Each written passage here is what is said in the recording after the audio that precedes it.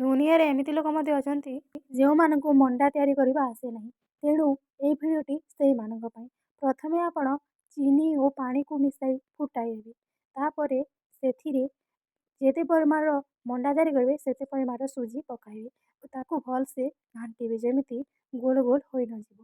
ଘାଣ୍ଟି ସାରିଲା ପରେ ତାକୁ ଆଣିବେ ଗୋଟିଏ ଥାଳିରେ ରଖିବେ।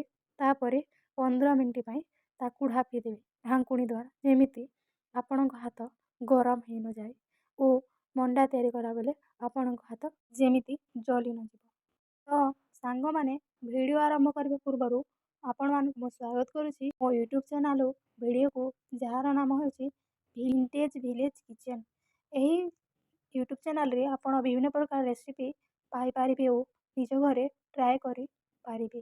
ତ ଆଜିର ରେସିପିଟି ହେଲା ମଣ୍ଡା ତିଆରି କରିବା।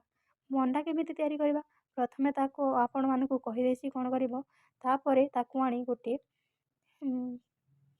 ଢାଙ୍କୁଣୀ ଦ୍ୱାରା ଢାପି ତାପରେ ଆପଣ ଗୋଟେ ସରଫେସ୍ରେ ତାକୁ ରଖିବେ ଓ ତାକୁ ଭଲ ଭାବରେ ଚିକୁଟି ଗୋଲ ଗୋଲ କରିବେ, ଯେମିତି ମଣ୍ଡା ପିଠାଟା ସେପ୍ ପୁରା ଗୋଲ ରହିବ।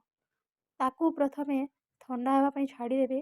ତାପରେ ତାକୁ ଏମିତି କେମିତି ବୁଝାଇବି ଆପଣଙ୍କୁ, ଏମିତି ଗୋଲ ଗୋଲ କରିବେ, ମାନେ ତାକୁ ସେପ୍ ଦେବେ।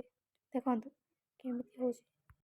ତାକୁ ଭଲ ଭାବରେ ଚକଟି ସାରିଲା ପରେ ତାପରେ ଆପଣ ଯେଉଁଥିରେ ଘିଅରେ ହେଉ ବା ତେଲରେ ହେଉ ଆପଣ ମଣ୍ଡା ଛାଣିବାକୁ ଚାହୁଁଛନ୍ତି, ତାପମାତ୍ରା ଅନୁଯାୟୀ ତା ଉପରେ ତେଲ ବା ଘିଅ ପକାଇବେ। ତାପରେ ଯେଉଁ ଆପଣ ସୁଜିକୁ ଚକଟିଥିଲେ ସେଥିରୁ ଗୋଟେ ଗୋଟେ ଗୋଲ କରି ତା ଭିତରେ ପୁର ଭରିବେ। ପୁର ମାନେ ଯେମିତି ନଡ଼ିଆ ଆଉ ଚିନିକୁ ମିଶାଇ, ତାପରେ କ୍ଷୀରିସାକୁ ମିଶାଇ ମଧ୍ୟ କରାହୁଏ। ଏମିତି ବହୁତ ପ୍ରକାର ପୁର ମିଳେ। ତାପରେ ତାକୁ ଭଲସେ ଛାଣିବେ। ଛାଣିବେ 5 ମିନିଟ୍ ପର୍ଯ୍ୟନ୍ତ ତାକୁ ତେଲରେ ପକାଇ ଛାଣିବେ, ଯେପରି ମଣ୍ଡାଟା ଭିତରେ କଞ୍ଚା ହୋଇନଥିବ, ଖାଇବାକୁ ମଧ୍ୟ ଭଲ ଲାଗିବ। ଯଦି ଭିଡ଼ିଓଟି ଭଲ ଲାଗିଲା ତାହେଲେ ନିଶ୍ଚୟ ଭିଡ଼ିଓକୁ ଗୋଟେ ଲାଇକ୍ କରିବେ ଓ ଚ୍ୟାନେଲ୍କୁ ସବସ୍କ୍ରାଇବ୍ କରିବା ପାଇଁ ଜମାରୁ ଭୁଲିବେ ନାହିଁ। ଓ ଯଦି ଆପଣଙ୍କୁ ମଣ୍ଡା ରେସିପିଟି ଦରକାର ତାହେଲେ ରେସିପିର ଇନଗ୍ରିଡ଼ିଏଣ୍ଟସ୍ର ନାମ ଡେସ୍କ୍ରିପ୍ସନ୍ରେ ଅଛି। ଆଉ ଯଦି ଆପଣ କେଉଁ ରେସିପି ବିଷୟରେ ଜାଣିନାହାନ୍ତି, ଜାଣିବାକୁ ଚାହୁଁଛନ୍ତି, ତାହେଲେ କମେଣ୍ଟ କରନ୍ତୁ, ଆମେ ଆପଣଙ୍କୁ ନିଶ୍ଚୟ ଜଣାଇବୁ।